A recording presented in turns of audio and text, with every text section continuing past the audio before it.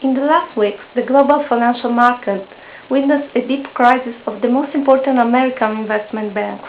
Recently, the Federal Reserve gave America's last two big investment banks, Goldman Sachs and Morgan Stanley, permission to change their status to bank lending firms. Why did not the Federal Reserve save Lehman as it did with Fannie Mae and Freddie Mac and AIG? Well, in a period of crisis, a crisis that was announced but that developed in a very short time, the central bank can only survive and try to keep the financial markets as stable as it is possible. This is why the central bank, the Federal Reserve, intervened in different ways with respect to different institutions. Of course, the two mortgage institutions were perceived to be public, so they were rescued. Lehman Brothers was thought to be too desperate to be saved, and so it was left to the market in terms of failure. But in order to prevent further financial institutions runs, the change in status of Goldman Sachs and JP Morgan was devised in order to let the market take its own responsibility. Could the Federal Reserve have avoided such a crisis? Well, ex post, it's easy to see that difficulties were coming. As a matter of fact, the monetary authorities in the USA have been very pro-market for a long time. It was well known that the market was entering very risky transactions that were supposed to be handled in a safe way by market themselves.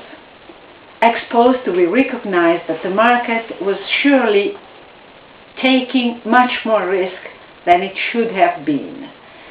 And so the Federal Reserve, as a supervising body, should have taken into consideration the possibility of curbing the excess risk. But as a matter of fact, too many interests pointed to the same direction. Liquidity in market was perceived to be much higher than it was, and everybody was happy as far as the bubble was going up. So now we know that the Federal Reserve should have intervened much earlier in bursting the bubble, but of course this is an ex post consideration. And what about Europe? Is there the possibility that our investment banks will leave the same crisis? And in this case, are there some safeguards for our investors?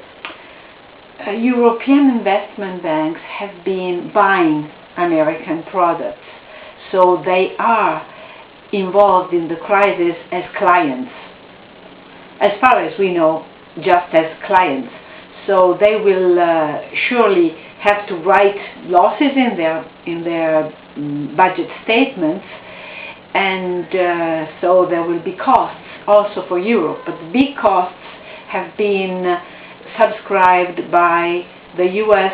authorities and, of course, by the institutions that either failed or were transformed from investment bank into bank holdings institutions.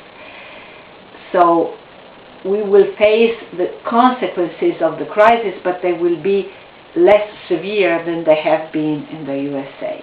What should investors do? Well, investors should always think that the fascination of short-term profits is high, but investors should always care about the long term. This is safe. This is reasonable. This is the kind of finance that really helps the real sector. So those investors who were attracted by very short-term potential profits will pay the consequences of their short-sightedness. I don't have suggestions, but I'm sure that finance need a long-run perspective.